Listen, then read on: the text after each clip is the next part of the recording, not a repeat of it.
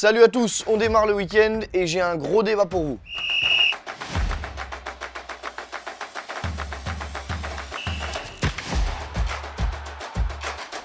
On connaît la première affiche des demi-finales, ce sera France-Espagne. Alors forcément, quand on entend France-Espagne, on pense à ça. Mais le problème, c'est que le dernier souvenir de cette confrontation, c'est ça. C'est fini! L'Espagne est en finale de l'Euro 2024! L'Espagne a battu la France! La France est éliminée! La France sort de ce tournoi, la tête basse, impuissante, face à un adversaire supérieur. France-Espagne, c'est aussi l'occasion de relancer le duel Rabiot-Yamal. Ouais, l'Espagne, ce serait beau, ce serait une belle revanche, ce serait un beau match, une belle demi. Nada, con muchas ganas. Yo creo que desde que ha empezado el Mundial todo el mundo esperaba este partido. Teníamos muchas ganas de que llegara. Somos para mí las dos mejores selecciones del Mundial, pero bueno, sin ningún miedo. Yo creo que si alguien puede ir con seguridad contra Francia somos nosotros. Yamal est confiant, comme d'habitude. Les supporters espagnols aussi. Francia es el equipo más poderoso ahora mismo, pero creo que la única selección en el mundo que puede ganar a Francia ahora mismo es España. España puede ganar. Sorry Mbappé, lo siento, pero vamos a ganar. ¡Vamos España! No. Respect, but no fear.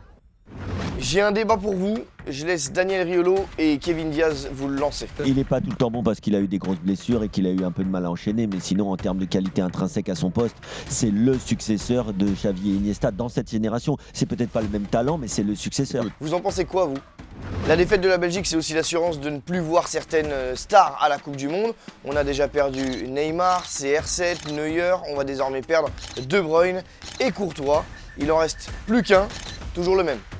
Bon, avant la demi, un 14 juillet en plus. Aujourd'hui, c'est jour de... La Norvège va jouer le premier quart de finale de Coupe du Monde de son histoire et le Drakkar s'est bien rempli depuis le premier tour.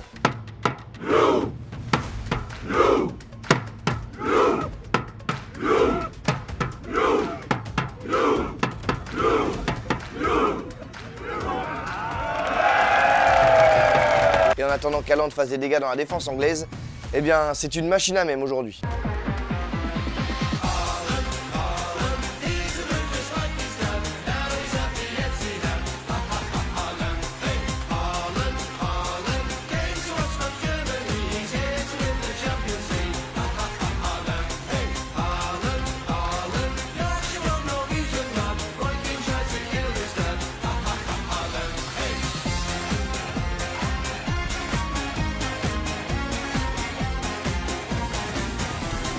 Face au Cyborg, il y a Harry Kane, 6 buts dans cette Coupe du Monde et Thomas Tuchel est forcément amoureux de son attaquant et de son capitaine. I'm running out of words, I'm running out of different ways to describe him. He's our leader, he's our captain, he leads by example in the shape of his life and on the highest peak of his career, which helps us a lot. He's ready to lead by example and always ready to take responsibility, always ready to perform and help us. So it's a privilege to have him as captain and a privilege to be his coach. Norvège-Angleterre, c'est à suivre à 23h sur RMC et sur la radio digitale 100% Coupe du Monde. Le dernier quart de finale, à 3h du matin, c'est Argentine-Suisse. Et pour les encourager, les Argentins ont leur VG Dream à eux.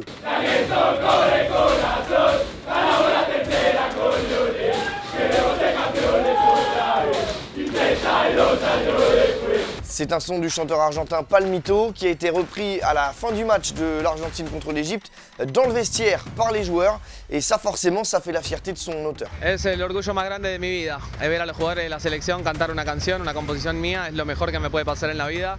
Así que estuve muy contento, me puse a llorar, llamé a mi mamá, hablé con todos mis amigos, una felicidad impresionante. Bueno, hace 6 meses en mi casa estaba pensando en unir dos pasiones como el fútbol y la música y nació esta canción La Cuarta Estrella, que es una reversión de una canción llamada No me arrepiento de este amor de Gilda, la reina de la cumbia argentina. Y bueno, pensé en la última Copa de Leo, pensé en Maradona, pensé en el Mundial 94. Argentine-Suisse, c'est un quart de finale serré. Alors on avait demandé à des supporters argentins leur prono pour cette rencontre. Ils sont confiants, mais il y a encore le match de l'Égypte dans toutes les têtes. Difícil hacer pronósticos. Te tengo que decir algún resultado, 2-0. No sufrir tanto como venimos sufriendo, ¿no? Mi pronóstico es que va a ganar Argentina, 2-0. Uno Messi, el otro Julián Álvarez. después lo vivo en Egipto, te digo que va a ser peleado, sí o sí, no va a ser un partido fácil. Me voy por un 2-1 para Argentina. Lionel Messi va a volver a meter un gol claramente. Y vamos a anotarle uno a Julián Álvarez, que no se le viene dando.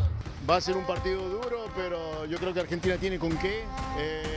Yo creo que vamos a tener un resultado favorable, por lo menos 2-0, digo yo. Yo creo que es hora de que Julián aparezca y haga por lo menos un gol. Y ojalá Messi haga otro, así sigue siendo el goleador del campeonato. Bueno, yo creo que vamos a ganar también, que vamos a pasar a la semifinal, pero no creo que ganemos 0. Yo diría como un 3-1 por ahí, no meter uno. Como, bueno, todos tuvimos partidos, no meten uno y no entra el miedo y después así juegan los jugadores, los hinchas, los alentamos a los jugadores y juegan con huevo ahí después. Yo creo que los goleadores va a ser, bueno, Messi. Mette en quasi tous les parties. Allez, on se retrouve demain pour un nouveau daily. Bon quart de finale et bonne journée.